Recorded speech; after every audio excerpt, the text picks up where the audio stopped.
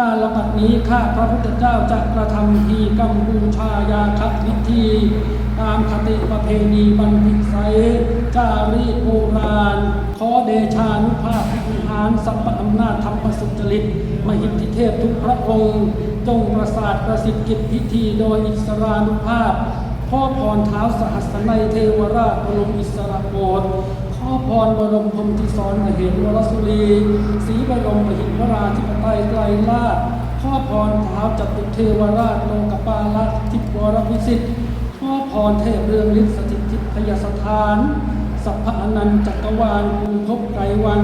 สัพพะเกาะละมะฝั่งอรัญลุกรัตดาวาลีสุนทรชนทลากาดำเนินหนหาวสถานพิมานมาศอมรทิพเทวสำนักขอพรเทพสุรารักษ์อันศักดิ์สิทธิ์สัพพเดชาจงทรงเทวกรุณาเชิญช่วยอภิบาลบำรุงรักษาพลเรือเอกไพโรจน์เฟื่องกันและผู้ร่วมพิธีให้เกษมสุขสำราญหันฤทัยทุกอิริยาบถทุกเมื่อเทินชัยโยหะโยหริเทวังชัยยะพมมาทัตตรัตกังสุริยะจันทิมาอาโปจะเทวาปัทวีจะเตโช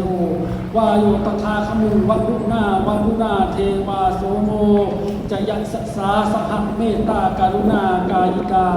อาคูเทวายัสสิโนนัมสสามะสุวันทิโหนตุนะมัทธุนาวานิวาสินิยาเทวตายะอิมินาสการเรนะนาวานิวาสินิงเทวตังปูเชมะ